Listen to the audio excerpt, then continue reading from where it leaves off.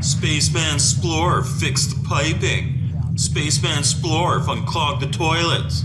Spaceman Splorf fixed the shield generator. Alright, let's get to it. Now, where'd my spanner go? That's not good.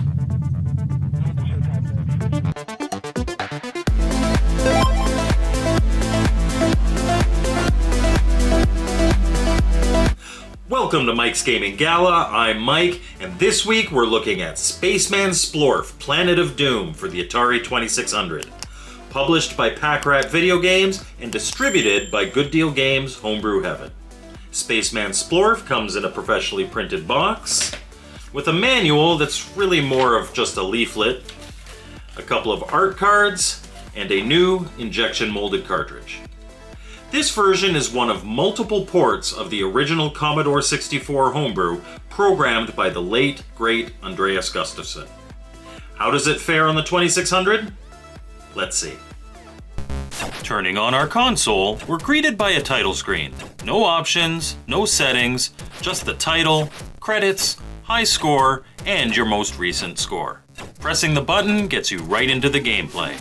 You play as Space Corps Sanitation Engineer, 5th Class, Lavatorial Division, Splorf. You've been assigned to repair the damaged shield generator over the planet Doom before space pirates steal the precious gas resources. Before you can get to that, though, your trusty company-issued spanner drifts off into a gastroid field. This is where our gameplay begins. Yup, this entire game is just jetting through space, trying to get a wrench. While you drift endlessly to the right, you'll have to avoid the gastroids by using your jetpack. There's no steering here, just control over the jets being on or off. Pressing the button on your joystick fires the thrusters, and letting go of it turns them off.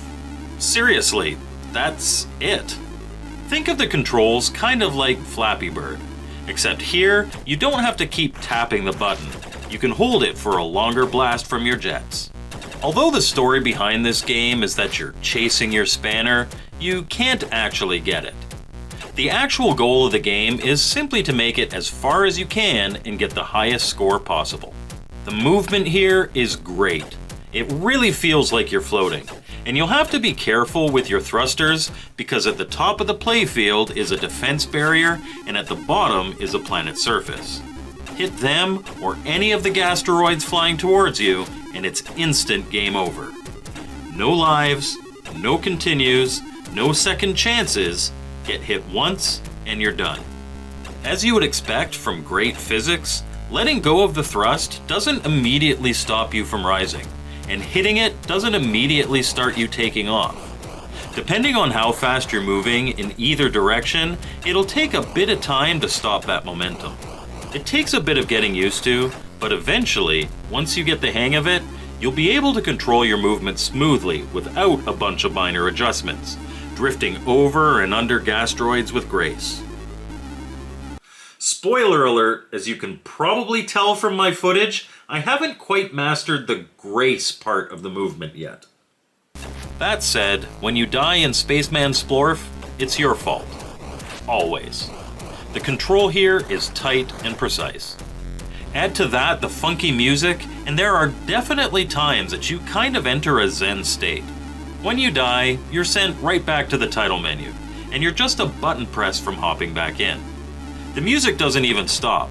This is brilliant as it adds to the addictive quality of the game, always tempting you with just one more round. I played for about 25 minutes for this review, which, considering that most rounds take less than a minute to play, means I played this a fair amount.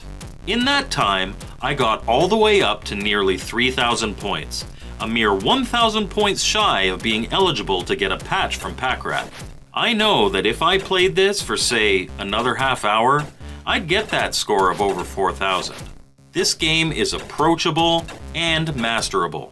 The best part, as frustrating as it can be dying so often, it never feels like a chore to do so.